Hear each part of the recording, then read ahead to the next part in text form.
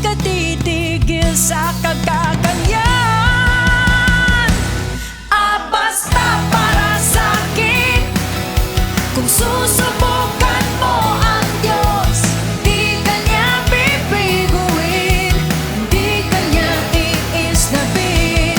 Bukas ang kanyang palad na naghihintay lamang sa'yong paglapit, sa pagpupumilit, sa pagsabi mo.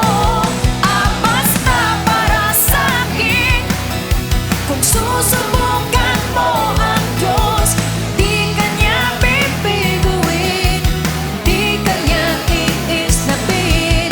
Bukas ang kanyang palad na naghihintay lamang sa'yong paglapit, sa pagpupumilit, sa pagsabi mo.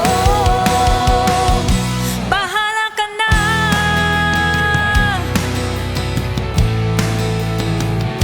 bahala ka na.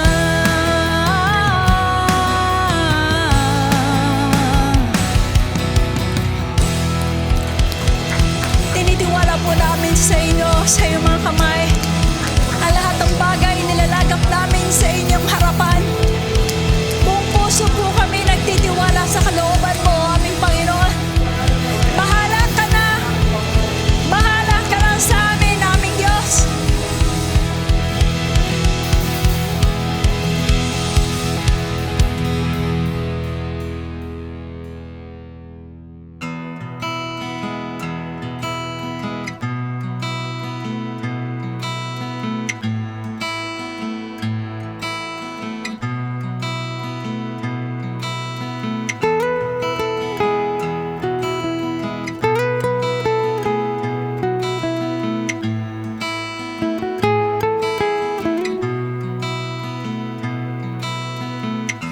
You made me feel, you made me understand how simple life is when I am in your hands.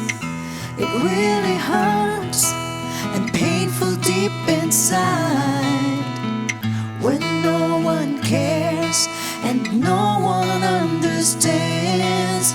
Suddenly, Lord, you came along.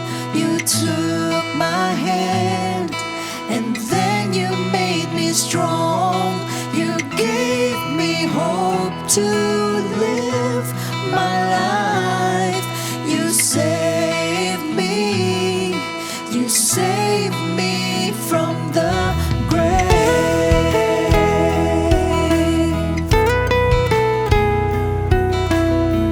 Save me from the grave.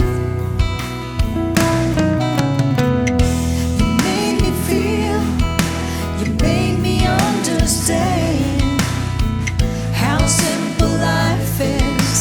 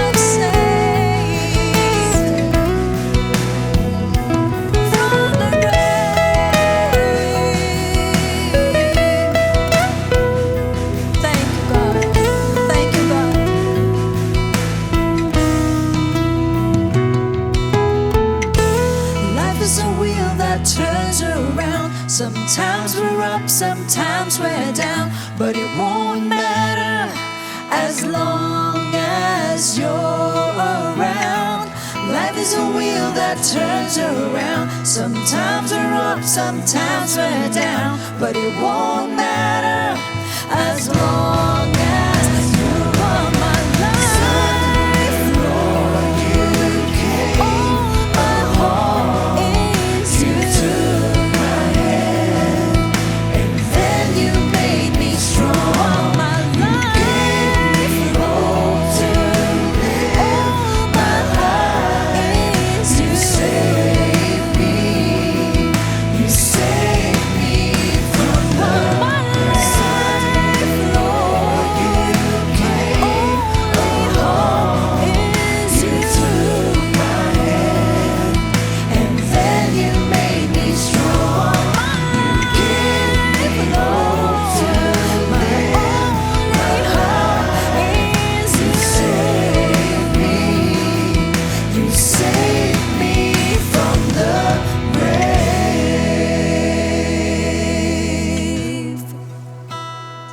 save me from the grave. You came to set me free, Lord. Isang mainam po na bagay, mga kapatid, na lagi po natin naaalala ang pagliligtas po ng Panginoon sa atin. Sa katunayan, hindi lamang po ang ating soul ang niligtas ng Panginoon, kundi hanggang ngayon ay nililigtas po tayo. Nililigtas po tayo sa ating mga physical, sa ating mga emotional problems, hanggang financial po. Hawak-hawak po niya yan. Dahil po, siya ang Diyos ng kaligtasan. Walang iba po, kundi ating Panginoong Jesus.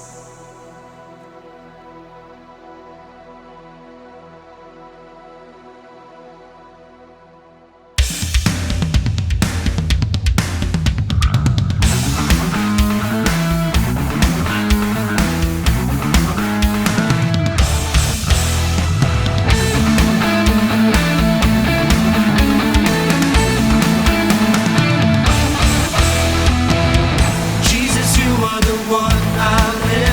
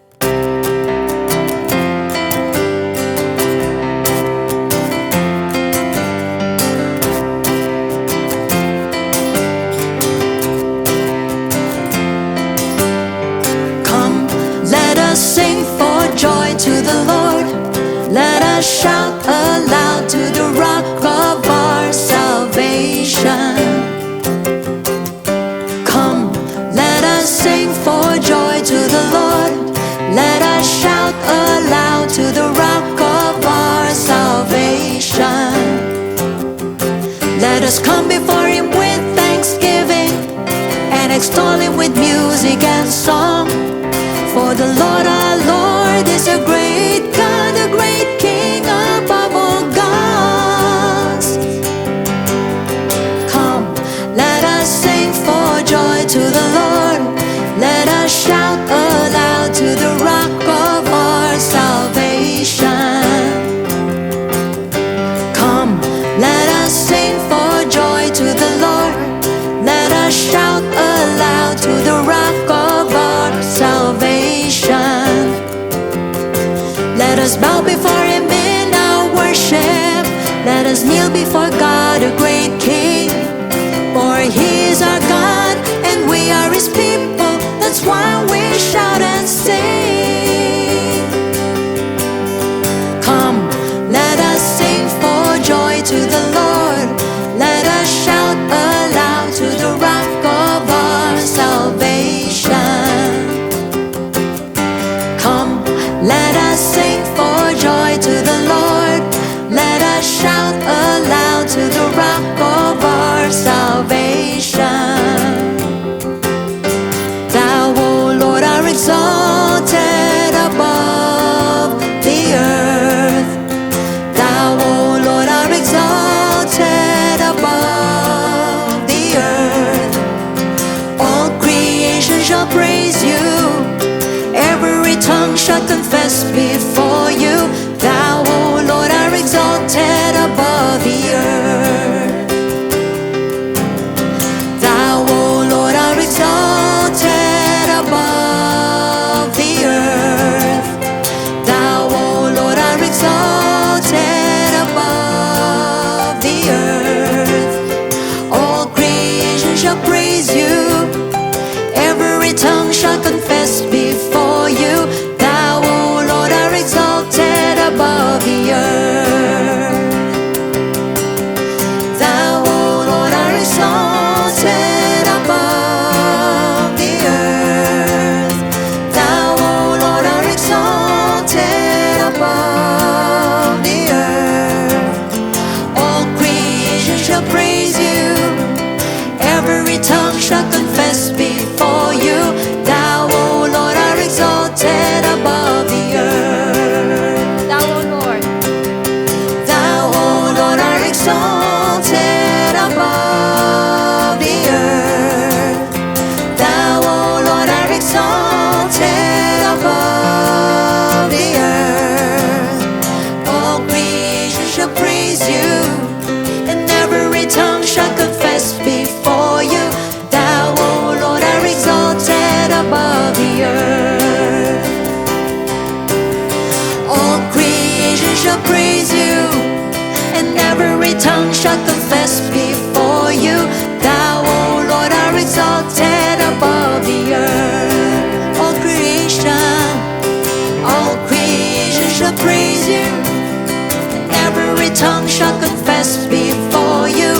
Thou, O Lord, art exalted above the earth.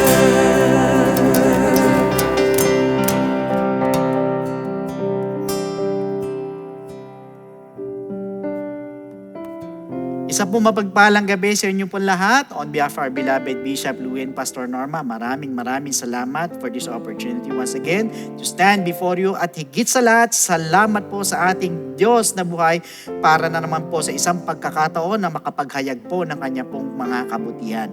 So ngayong gabing ito, may panibago po tayong pag-aaralan, but like we usually do, tayo po muna humingi ng gabay sa ating Panginoon, yuko natin ang ating pong mga ulo, tayo po muna manalangin. Lord, we thank you so much, Panginoon, for this wonderful night na binigyan niyo sa amin na muli makapag-aral ng mga salita mo. Patuloy, O Diyos, you feed us with your wisdom, your knowledge and understanding. At yung spirit of conviction mo, ang dumaloy po sa bawat isa po sa amin na nandirito. Ilayo mo kami sa spirit of error. Ilayo mo kami sa mga technical issues. And Lord, I pray, Panginoon, ikaw po ang magsama po sa akin. Anoint mo ko, Panginoon, dahil wala po ako magagawa kung wala ka, Panginoon, O God. Basbasa mo rin ang lahat na makikinig, Panginoon, at hayaan mo yung mga kapatid namin na galing sa trabaho, pauwi pala ng kanilang bahay, ingatan mo, hatid mo na safe and sound sa kanilang mga tahanan, sa gayon umabot po sa aming pag-aaral, Panginoon. Salamat po, kiniklaim namin ng victory sa aming pong mga buhay ngayong gabi. In Jesus' name, Amen.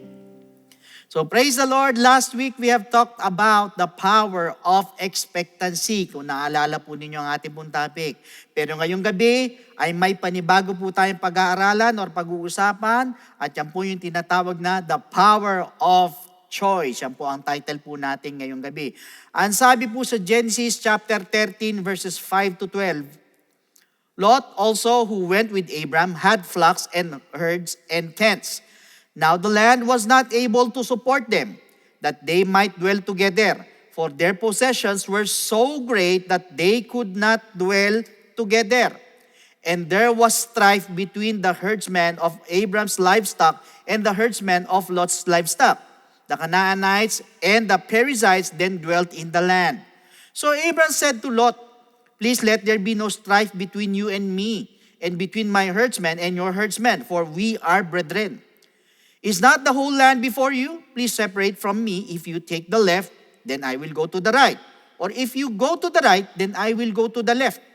And Lot lifted his eyes and saw all the plain of Jordan, that it was well watered everywhere, before the Lord destroyed Sodom and Gomorrah, like the garden of the Lord, like the land of Egypt as you go toward Zoar. Then Lot chose for himself all the plain of Jordan, and Lot journeyed east, and they separated from each other.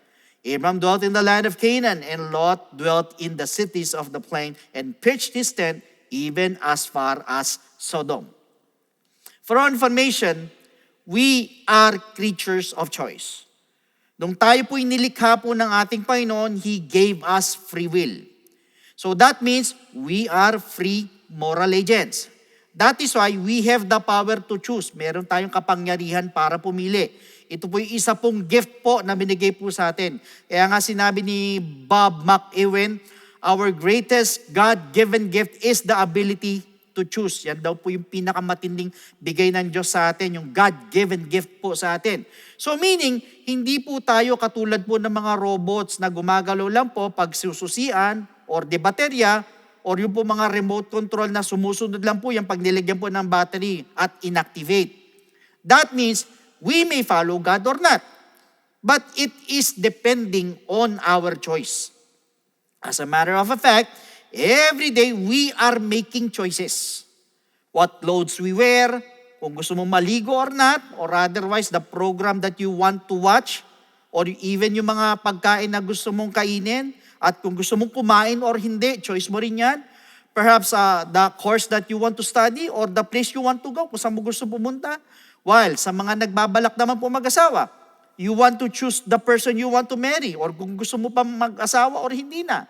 At hindi lang po yan. We can also choose between God or the devil or good or evil to be saved or not. Or even sin or righteousness. Pwede ka mamili dyan. Or poverty or prosperity. Peace or chaos. Blessing or curse. And even life or death. Pwede ka rin mamili. So ibig sabihin, whether we like it or not, we are going to make a choice. Not only that, most of all, we are responsible for our choice or decision. However, ang mabigat po is pwede po tayong mag-suffer ng consequences if we make a wrong choice. Why? Because our choice has the power to save or destroy us. Yan po ang totoo. In other words, it can either make you or break you, because our choice will determine our destiny. Now, meanwhile, back to the story of Lot. For your information, Lot was a highly privileged person. In fact, he was more blessed than you are. Bakit ko po sinabi? He was related to the friend of God na si Abraham. Hindi lang po yan. He received revelations from God through the prophet Abraham. And he was a true believer in God. Ano pa? He was called a righteous man according to 2 Peter chapter 2 verse 7. Basahin po natin. And delivered righteous Lot, who was oppressed by the filthy conduct of the wicked. So imagine, tinawag po siya na righteous man. That means he had a righteous soul. At hindi lang po yan. He was also blessed by God materially. Kaya nga po sinabi sa Genesis chapter 13 verse 5. Lot also who went with Abram had flocks and herds and tents. Ibig sabihin, marami po siyang ari-arian. Pinagpala po siya talaga. Moreover, he was living safely. He was living righteously. But unfortunately, he made a wrong choice. Yun ang problema.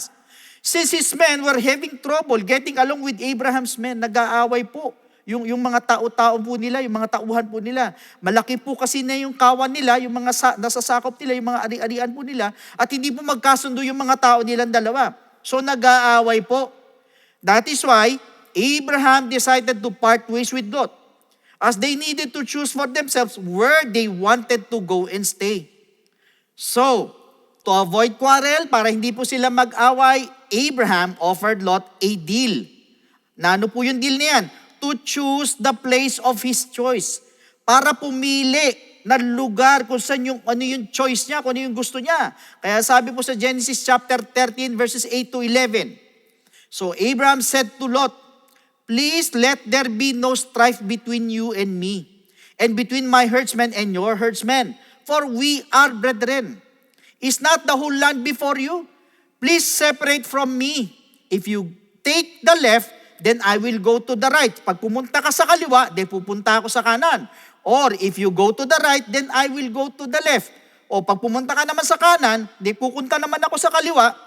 And Lot lifted his eyes and saw all the plain of Jordan. Nakita po ni Lot yung plain of Jordan, that it was well watered everywhere. So before the Lord destroyed Sodom and Gomorrah, like the garden of the Lord, like the land of Egypt, as you go towards Zoar. Then Lot chose for himself, ulitin ko, Lot chose for himself all the plain of Jordan. Yun ang pinili niya, yung plain of Jordan. And Lot journeyed east and they separated from each other. Naghiwalay na po sila. In other words, Lot chose the best place in the land since he was an opportunist. At sigurista po siya. Ang ginawa niya, naniguro na siya na sa kanya mapupunta yung mas magandang lugar. As he saw the plain of Jordan and choose Jordan. Ito pong plain of Jordan, yan ang pinili niya. So he journeyed east, he dwelt in the cities of the plain, and as he pitched his tent toward sa Sodom, sa chapter 14 verse 12 po. But unfortunately, ano po nangyari sa kanya? He was captured by Kedorlaomer and company, yung pong apat na hari. At hindi lang po yan, he was vexed or he was provoked by the wickedness of the Sodomites. So, sa pamamagitan ng nakikita niya at naririnig niya yung kanilang mga ginagawa, at pagkatapos, his children, yung mga anak niya at yung mga sons-in-law niya, perished in Sodom. Imagine, ganun na nangyari. Yung kanyang dalawang virgin daughters were influenced by Sodom and seduced him. So, nagkaroon po siya ng incestuous relationship with his two daughters and impregnated them. Nabuntis niya. So, he was too weak to resist the influence of Sodom. Ibig sabihin, ganun po kalakas ang hatak ng Sodom. Hindi niya kayang labanan. And I believe Lot died in shame. Namatay siya sa kahihiyan. Bakit ko po sinabi? Imagine, na anakan niya po yung mga anak niya, which is nothing to be proud of. Hindi po yan nakaka-proud. Hindi po yan dapat pinagmamalaki. But rather talagang nakakahiya po na ang anak mo ay anakan mo. However, the question is, bakit nagkaganon po ang buhay ni Lot? Dumana siya na sigalot or salot. Bakit po? Dahil may edad na siya, matanda na siya? Ano po ba talaga ang dahilan? It all started with making the wrong choice. Meaning, his choice led him to a miserable life. as his choice, take note, resulted in the destruction of his family. That is why Lot left a bad example for us. That is not worthy to follow. Hindi po karapat dapat gayahin at sundin. At hindi lang po yan, not only Lot has made a mistake, but also his wife. Kasi sinabi po mismo ni Jesus Christ sa Luke 17:32, remember Lot's wife. Ibig sabihin, pati asawa niya nagkamali po ng choice. Kaya nga naging aliging asin kasi dahil mas pinili niyang lumingon. In other words, the sad thing was, dahil sa wrong choice ni Lot, nadamay ang buong pamilya niya. Pati asawa niya, mga anak niya, at manugang niya, damay lahat. They all died in Sodom. Could you imagine that? Nang dahil lang sa maling pagpili, ang dami niyang dinamay. Worst is, mga anak niya pa. So, ibig sabihin, hindi po basta tao, but rather kapamilya niya, kadugo niya ang nagsuffer. Ano po ibig sabihin? Our choice will determine our future and may eventually affect others. And to make matters worse, it might affect your soul and salvation as well. At yun po ang mabigat. Dahil sa mali mong pagpili o nagkamali ka ng choice, pati kaligtasan mo ay madadamay at maaapektuhan or mapapahamak. Brothers and sisters, kahit po ngayon, while listening and watching, you can choose to believe or not to believe in God. Sa lahat ng mga napapakinggan po natin right now, pwede ka mamili kung gusto mo makinig at manood, mag-tune in or not. So in other words, you can choose to obey or disobey God's word. You can choose to live in sin or righteousness. You can choose heaven or hell. So, God or the devil, ibig sabihin, it's up to you. The call is yours to make. That means, if you want to go to heaven, it is still your choice to make. Meaning, you will only go to heaven because of your choice. And on the other hand, you will go to hell because of your choice. Meaning to say, your choice will determine your destiny. Ang sabi nga ng isang Roman statesman na si Appius Claudius Caecus, every man is the architect of his own fortune. Brothers and sisters, the life of Lot is a classic example of a righteous and just man. Pero, kung mapupuna po ninyo, even though he was a just person, he still made a wrong choice. Ano po ibig sabihin? It does not follow na righteous ka or just ka ay hindi ka na pwedeng magkamali. At yan po kasi ang problema sa iba.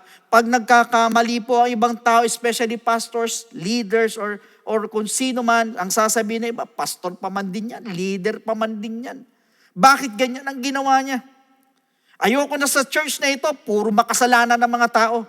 Na hindi mo alam na lahat ng tao ay pwedeng mapahintulot sa pagkakamali. At hindi po ako mahihiyang aminin po sa inyo that even I myself made a lot of wrong choices in my life na niregret ko. Ano po ibig sabihin? Lot's life proves that a man close to God or even a man who receives God's revelation can still be lost if he makes a wrong choice. Brothers and sisters, I just want you to know that our faith, miracles, yung mga experiences po natin, and even our ministry with God, are no guarantee that we will not be allowed to commit mistakes. Even our prayer life, our fasting, even our Holy Ghost baptism are not or no guarantee that we won't be lost or won't fall into error. We can still be lost.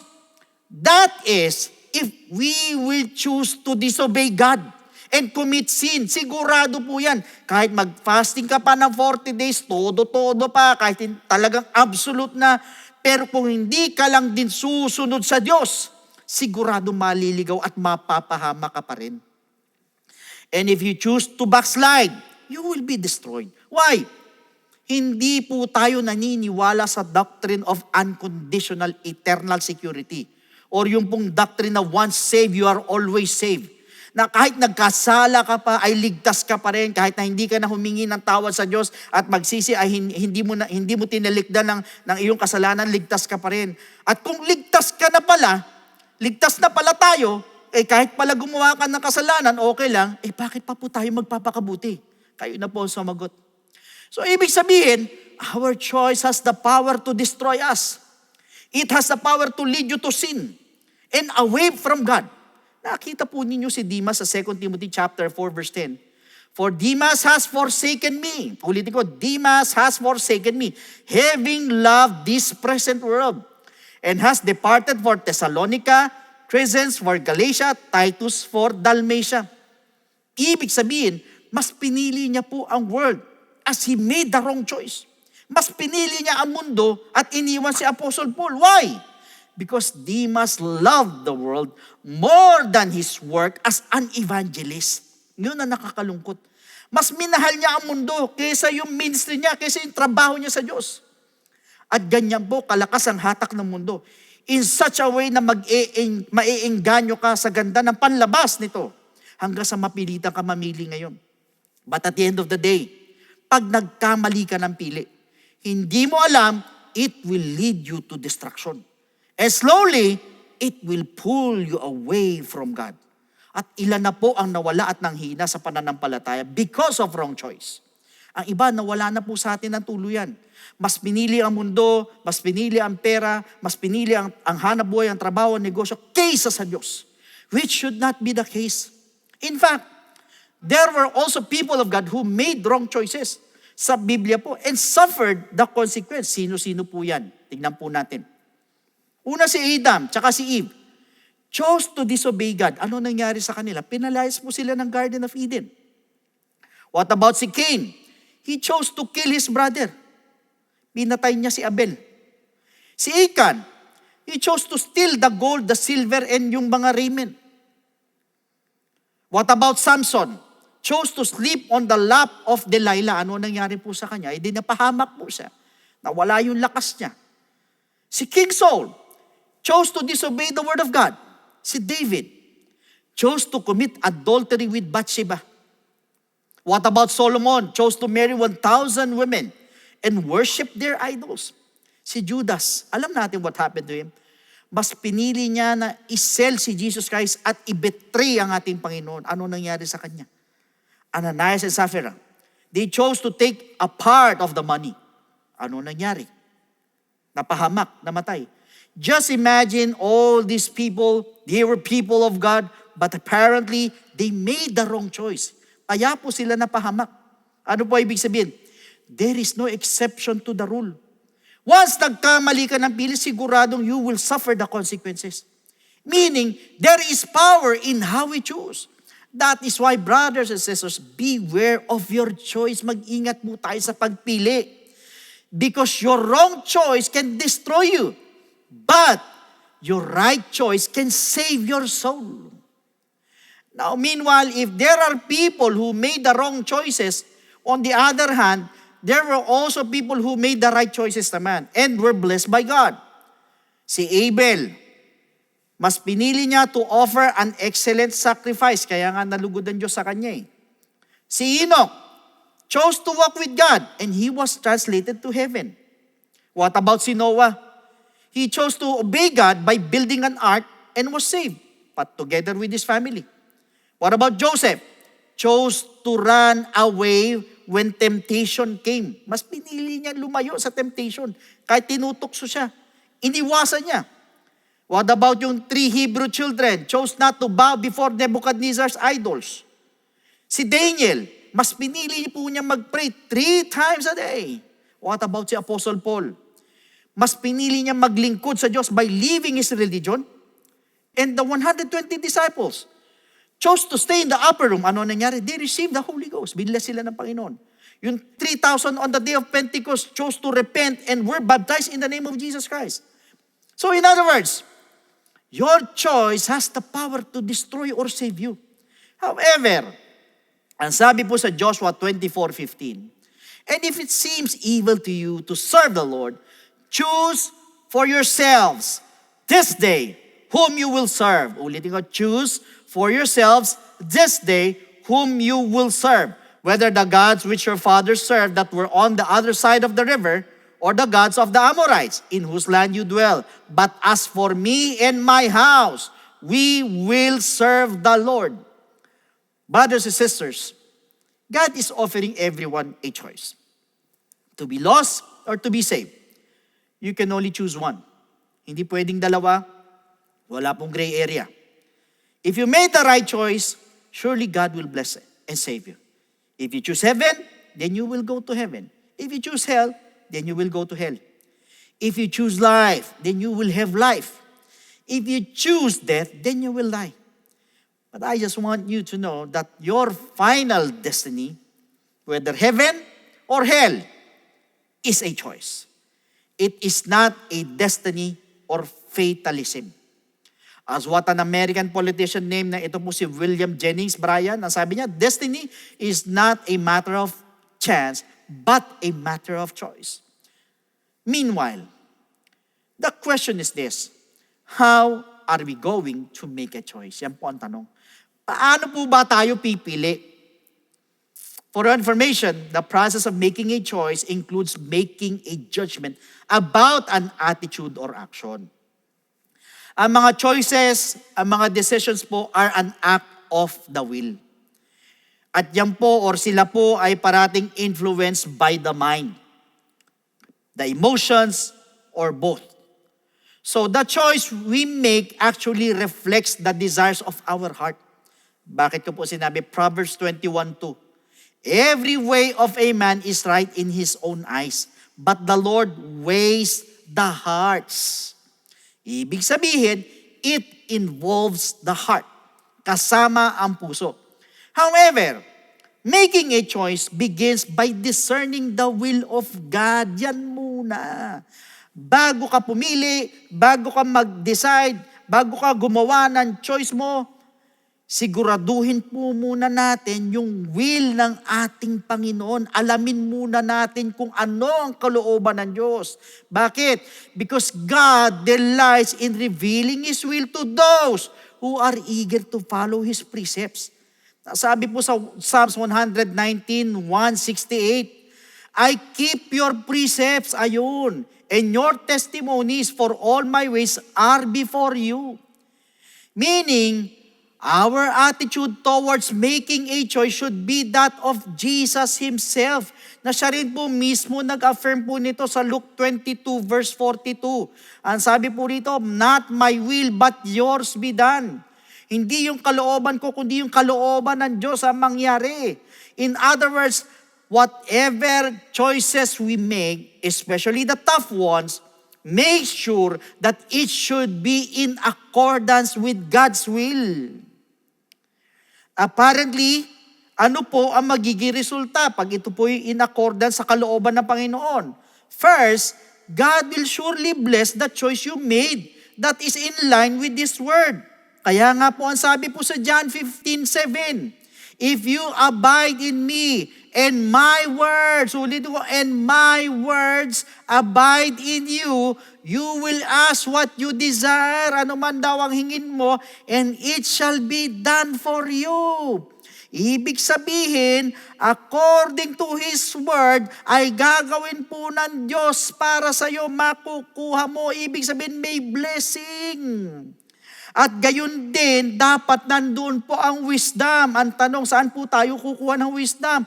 Of course, we are going to ask wisdom from God.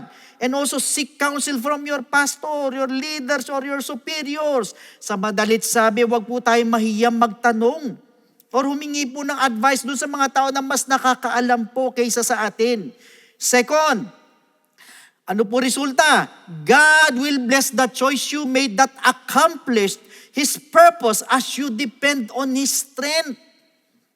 Kaya nga sabi sa Psalms 28:7, the Lord is my strength and my shield. My heart trusted in Him and I am helped. Therefore my heart greatly rejoices and with my song I will praise Him.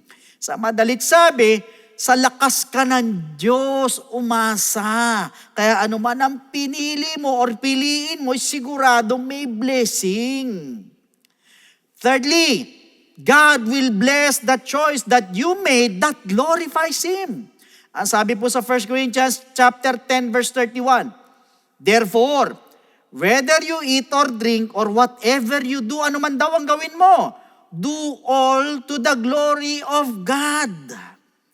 Ibig sabihin, brothers and sisters, siguraduhin po natin that every choice that we make will glorify God. So mga kapatid, if you want heaven as your destiny, then choose it. Choose to believe and obey the Lord. Kung sakali nagkasala ka, choose to repent of your sins.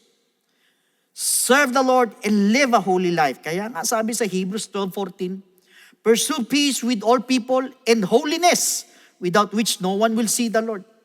In other words, it is very simple. Napakasimple. Choose to be saved. Choose heaven, and you will get it according to your choice. Whether salvation, healing, peace, and even miracles, it is a matter of choice, not a chance or an accident. And of course, if you choose heaven, you must live holy. You go to church, you attend services, read your Bible, do God's will, you pray every day. If you choose heaven, you will stay in the church until He comes. Kaya nga sabi sa Matthew 24:12-13, and because lawlessness will abound, the love of many will grow cold. But he who endures to the end shall be saved. Ang makatiis daw hanggang wakas ang siya maliligtas. So kung gusto mo sa langit, magtiis ka. Umattend ka ng church regularly. Umattend ka ng mga online, ng mga gawain natin regularly. However, if you choose hell, gumawa ka lang ng masama, isiguradong impyerno ang tuloy mo. So today, whatever you need is, you can choose to have it. If you're sick, you can choose to be healed. Wala kang trabaho, pwede mong piliin na magkaroon ng isa. Wala kang pera, you can choose to work for it. You're persecuted, you can choose to ignore. Choice mo yan eh. Kung i-entertain mo, choice mo pa rin. If you're fearful, you can choose to be courageous. Pwede ka rin mamili kung gusto mo pa rin matakot. Papasukin ng takot sa'yo, kainin ka ng takot. But I would rather choose to be courageous. If you feel hopeless in your condition, you can choose to have hope. What about yung mga incurable diseases? You can choose to be healed. Katulad nung babae who was bleeding for 12 years sa Matthew 9:20-22, mas pinili niyang gumaling. So that is why, if you're feeling weak, you're feeling tired, pakiramdam mo, drain ka, yung energy mo, or burned out ka, you're discouraged, disappointed, frustrated sa buhay mo, if you want revival, if you want to be filled with the Holy Ghost, then choose to be filled with the Holy Ghost. Choose to be revived. Choice mo yan eh. According to your choice, be it unto you. Brothers and sisters, talking about the Holy Ghost, the 120 or about 120 believers who chose to go to Jerusalem and waited for the promise of the Holy Spirit sa upper room on the day of Pentecost, they will receive the Holy Ghost. In other words, the choice will always be for us to make. Not your friend, not your neighbor, not even your mother, your father, or even your brother or sisters, but your own choice to make and decide for yourself. Why? That is what we call the power of choice. Now, meanwhile, to all our first-time viewers, ngayon po'y napakinggan po natin about the power of choice. At naniniwala po ako kung choice lang po ang pag-uusapan, ang gusto po ng Panginoon ay siya po ang piliin po natin. Siya ang piliin mo sa iyong buhay. If you want to live a peaceful, happy life, joyful life, siya ang piliin mo. Kaya lang, sa paano pong paraan na siya po ay pipiliin. That is by accepting Him as your Lord and personal Savior and by believing in His gospel for you to be saved. Now, pag sinabi po natin salvation, so please listen to me sa lahat ng mga first-time viewers. Ang sabi po sa Ephesians 2:8, for by grace you have been saved through faith, and that not of yourselves, it is the gift of God. Malinaw po na sinabi ng talata that we are saved by grace through faith. Kaya lang po ang tanong, saan po tayo mananampalataya at maniniwala? That is a question. It is found in 1 Corinthians chapter 15, verses 1-4. Moreover, brethren, I declare to you the gospel which I preached to you, which also you receive and in which you stand, by which also you are saved. Ulitin ko, by which also you are saved, if you hold fast that word which I preached to you, unless you believed in vain. For I delivered to you first of all that which I also received, that Christ died for our sins according to the Scriptures, and that He was buried, and that He rose again the third day according to the Scriptures. Sa madalit sabi, we need to believe in the gospel of Jesus Christ. Yung pong death of Christ, yung burial of Jesus Christ, at yung pong resurrection of Jesus Christ na kailangan po natin sampalatayanan at paniwalaan. Kaya lang po ang tanong, is believing enough? Pag tayo nanampalataya, tayo naniwala, wala na po tayong gagawin, tutuldok or hihinto na po tayo doon. Alam niyo po, ang sabi po sa 1 Peter chapter 4 verse 17, for the time has come for judgment to begin at the house of God. And if it begins with us first, what will be the end of those who do not obey the gospel of God? Ano daw ang katatapusan? Ano daw ang dulo doon sa hindi sumunod sa gospel ng ating Panginoon? So meaning to say, the gospel of Christ must be obeyed. Pag tayo nanampalataya, tayo naniwala, kailangan lakipan po natin ang pagsunod. Hindi po tayo matatapos sa believing, but rather once we believe, we need to obey the gospel of Jesus Christ. Kaya lang another question is this, how will you obey? Paano po ba natin susundin? Ang sabi sa Acts chapter 2 verse 38, then Peter said to them, repent and let every one of you be baptized in the name of Jesus Christ for the remission of sins, and you shall receive the gift of the Holy Spirit. Now, first is repentance. Tayo po'y magsisisi po ng ating mga kasalanan. We're going to ask for forgiveness. We're going to confess our sins at naniniwala po ako kahit pakiramdam mo, ang dami mong kapalpakan, ikaw na yung pinakamasamang tao sa balat ng lupa, ikaw na yung pinakamasamang tao o maruming tao sa balat ng lupa, I should say, at ang dami mong mali na ginawa sa Panginoon, but for as long as andun po yung genuine repentance, sa iyo po mga puso, believe me my friend, brother, sister, the Lord is willing and able to forgive your sins.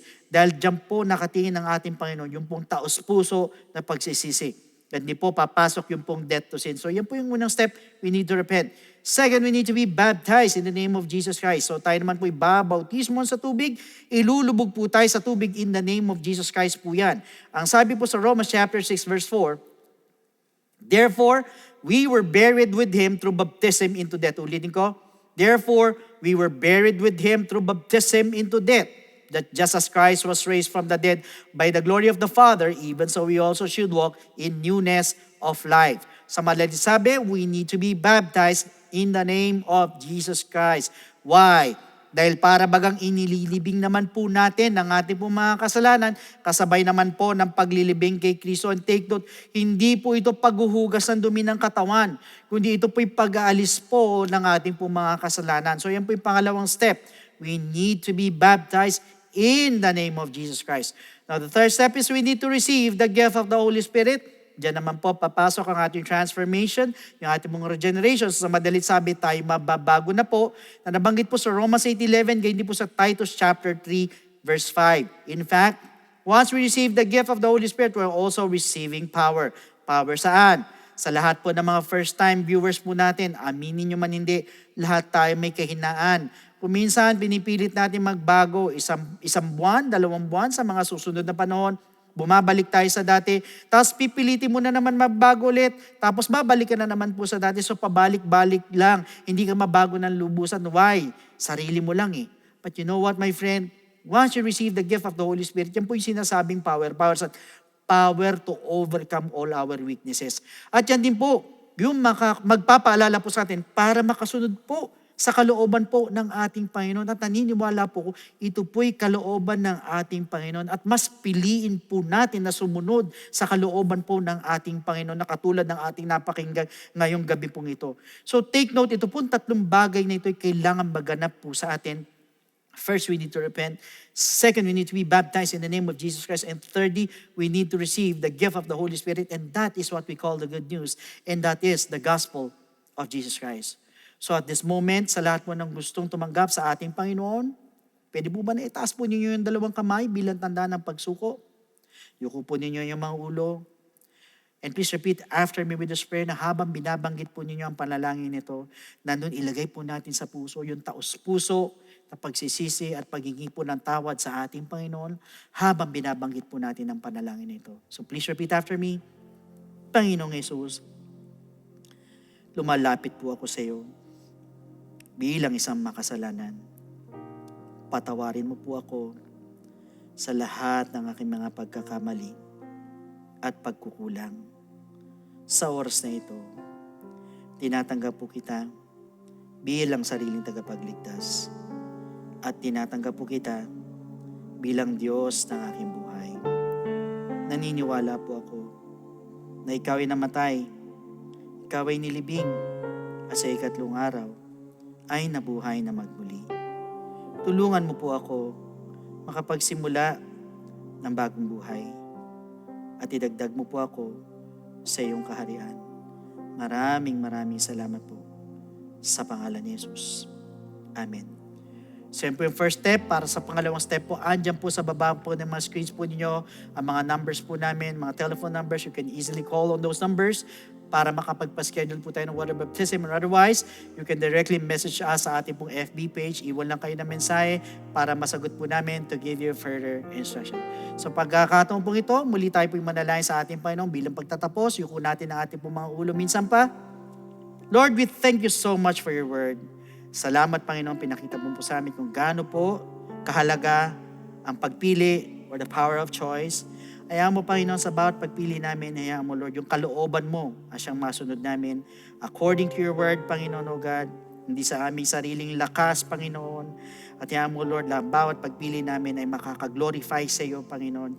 Iiwas mo kami sa error, Panginoon. Huwag mo pahintulot kami sa pagkakamali, kundi sa bawat choice na amin po mga buhay, ay malaman namin kung ito po ba'y kalooban mo para sa amin. Salamat, Panginoon, sa mga salitang ito, Lord, and we look forward sa susunod na linggo, sa mga ituturo mo po sa amin. And Lord, once again, continue to bless us, guide us, protect us, provide for us all throughout the week.